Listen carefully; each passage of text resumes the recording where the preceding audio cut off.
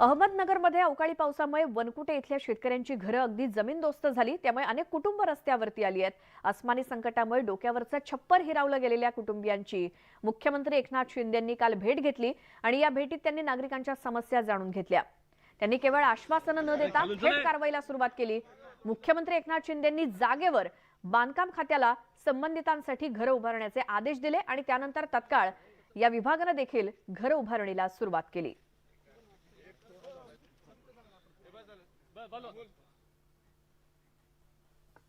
उकडा वाढल्यामुळे मुंबईच्या विजेच्या मागणीमध्ये वाढ झाली आणि राज्यात वीज मागणीनं मंगळवारी पुन्हा एकदा या मोसमातला उच्चांक गाठला। काल मुंबई वगळता 24,584 मेगावॅट इतकी विजेची मागणी नोंदवण्यात आली। तर मुंबईत सुद्धा विजेच्या मागणीनं 3,600 मेगावॅटचा टप्पा पार केला।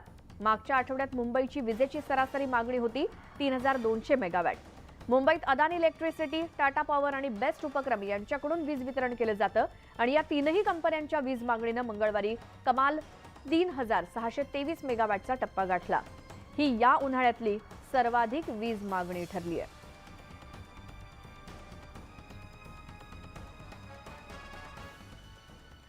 संपूर्ण देशातील नव्हे तर जगातील उष्ण शहर अशी ओळख चंद्रपूर शहराची आहे।